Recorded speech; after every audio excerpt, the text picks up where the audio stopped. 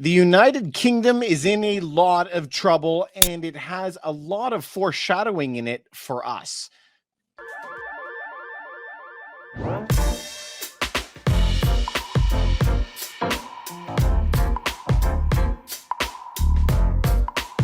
Pay attention to the articles that we're going to be looking at today because it's going to affect you in whatever country that you're in right now. All right, you guys, as always, let's head to some of the articles of the day. All right, guys, if we look right away, we're going to move into our first article of the day. Now, this is about the United Kingdom, obviously, and this is Liz Truss. This is the big news of the day.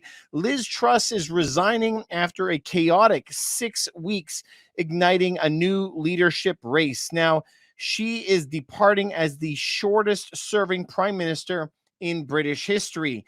The reason that we're bringing this up today, I know that what happens in England doesn't necessarily stay in England because we are all so connected these days, but there is a lot of lessons that we can take from what is happening in England to affect us. And so we want to know, if that happened here, how would it affect here? There is a lot of populism that is raising up throughout the world. There's a lot of governments that are looking for change because of the amount of trouble that's in. So let's pay attention to what happened in this case. I think it's really, really important. All right. So if we continue on, let's go to the next article. So she is the shortest serving prime minister in British history. Shocking. So why did she get into so much trouble? If we go and take a look at it, they were offering the largest tax cuts in generations. This is why that is so important. Imagine these guys had the largest tax cuts in 40 years. The largest tax cuts in 40 years. Unbelievable. And instantaneously, the government had to pivot and U-turn and go the opposite direction. Now they have the largest tax hikes in 70 years. Unbelievable. Unbelievable. Now, what was the fallout from all of that? I mean, there was no shortage for this. If we continue on, you guys, in the next article here, this will go on and show you a little bit of what they wanted to do. Now, it says here, the plan was setting out an ambitious trend of 2.5% growth per year, which is big for a large economy. But how were they going to do that? Let's take a look at some of the budget that they were actually proposing. And this happened on September 23rd.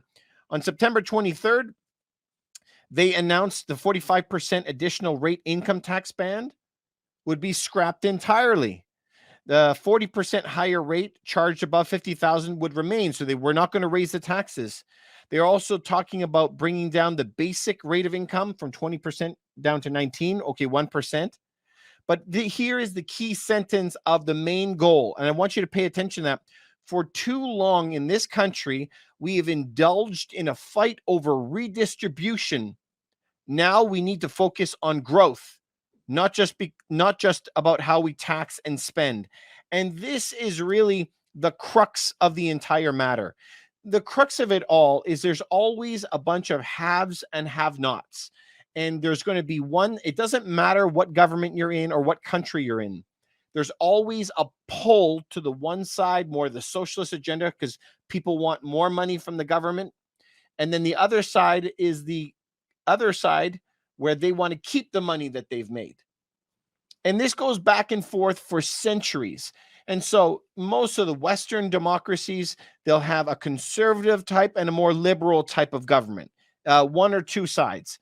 And so there's always this tug and pull over what it is. So they have stated very clearly in that sentence, right? Let's reread that sentence. Actually, it was so important. For too long in this country, or any country, let's talk about, we've indulged in the fight over redistribution. Redistribution. That is the main word, is because the only way that a government can get money to give to somebody is they have to take it from someone else. They have to take it from somebody to give it out. Redistribution. They can't create money, remember. They can print currency, but they can only take money from one person to give it to the next person. Big difference. So this is what they were aiming on. This is what they wanted to do. This is the big one to me, is that they were talking about lowering corporate tax from 25% all the way down to 19%, putting 6% more in corporations' pockets. But remember, when corporations make more money, they also reinvest all that money and hire more people. So focusing on growth. All right, stamp duty being cut. So that's the taxes when you buy a new property, for example. That's very important. Now, what happens when they gave away this massive, massive bill? Now, this bill has something called a 10-year gilt. If we look at the 10-year gilt, you guys, today it's sitting at 3.9%. But if we pull back and look at what it was over the past month, the tumultuous month that Truss actually was running, you're going to see on September 23rd, which was the day that the budget was passed, the markets actually went haywire and the rates actually went to the moon. So though you might think 1% does not change much, when we're talking about trillions of dollars, 1% changes everything. Everything. So what had happened on the 23rd is that it went way up. Sorry, guys, the computer's a bit slow today. It went right up and peaked, and that is what almost defaulted. As you can see, right around the 26th, 27th. On the charts, if you go to marketwatch.com, you'll see the 10-year gilt or the treasuries kind of thing, the bonds. It went way up and almost bankrupted the pensions. So what they had to do is print a lot of money to rescue the market. A lot. The market had a temper tantrum, and by printing 40 billion pounds, 40 billion pounds, it finally brought it down under control where it wasn't spiking. So why did she do this? Why was she aiming on growth and not about tax and spend? Because instead of raising the taxes on everybody by 10, 20% or whatever they need to do, they decided we're going to cut taxes, leave more money in people's pockets, and try to get them to make more jobs and create better economy. Now, where did she learn this? Do you think this is like revolutionary? Do you think this is something new? I want you to take a look at your screen. This has not been tried before, has it? Well, yes, it has. Let's take a look. In the 80s, we have our famous lady, Iron Lady from the United Kingdom. Her name is Margaret Thatcher. Many of you know her. She ran from 1975 to 1990. She ran the whole United Kingdom, and she was a staunch conservative. Now, she had a lot of policies, very, very similar to another very famous guy in the United States. He was an actor. Anybody got a name? Ronald Reagan. Ronald Reagan ran all through the 80s as well. Very, very, very conservative. Interestingly, though, to me, is what actually brought forth these newer age conservatives to the forefront.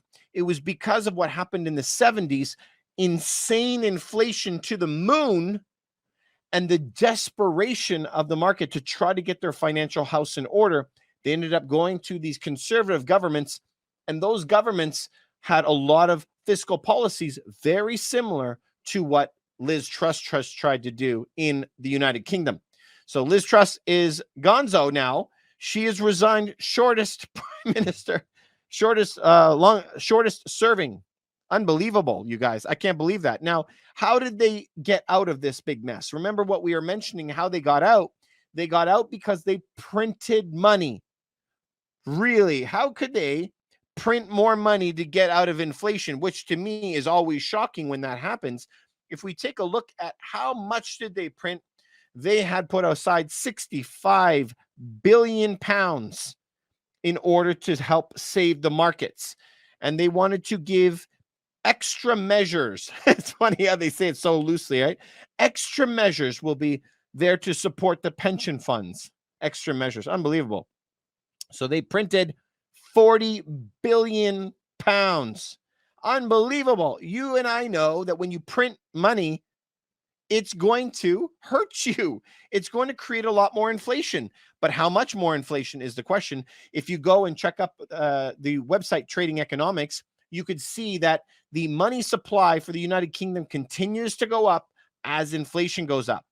And it will keep on going up over and over again. So this is why I'm saying that inflation is going to be here for a long time. If you take the chart and look at it, it looks just straight up parabolic. If you look at it at 5-year chart, straight up, 10-year chart, straight up, 25-year, almost straight up. Now, look at the United States. They're having really bad inflation too. If you look at it, it's going up and up and up. But you'll see just this year, they have tried to put a cap on it at 21 trillion. They've tried to slow it down, that growth. And so they've successfully slowed it down, but at what price? Which comes back to what we talk about all the time. The governments are stuck between a rock and a hard place. There are no easy decisions anymore. They can either bankrupt everybody overnight by putting the interest rates at 20% or whatever it is, something similar to what we had in the 80s. So if they did that, we would be in like a depression instantaneously, right? It would hurt everything. But at the same time, the other road that they're going down through massive money printing, they are going to continue with this inflationary path. As you print money, it creates inflation. This is economics 101. So as they keep doing this, I expect to see inflation continuing over the years, at least for the next 3, 4, 5 years. That can cause another level of decimation. So either way, if we ruin the economy and you don't have food to feed your family, or we make inflation so hot that you don't have enough money to feed your family, either way, there's going to be a lot of tough times ahead. I don't know how they're going to get out of this because they've kicked the can down the road for so many decades. Where else are they going to go? So that's why we are fanatical here about financial education. It is the single best thing that you can do for yourself. I've been at it for 20 years. And every time I finish reading a book, I find another 5 that I got to read. Financial education is the way that you can get forward. I love getting stories and emails from people because it helps them get out of that grind. You know, I used to be on welfare, you guys. So this is possible. Education is, to me, the most important part. Anyway, you guys, we're here for your health, wealth, and happiness always. I want the very best for you. Please follow us right through this hard times. Our goal is to help you come out of the next 2 years better so that it will affect the next 20 years of your life. Anyway, you guys, please remember to like and subscribe to this. It really helps the channel. Give me a thumbs up. Really helps out the algorithm. Peace. See you in the next one. Thanks so much for sticking around. If you like that video, you might like this one and maybe something like that.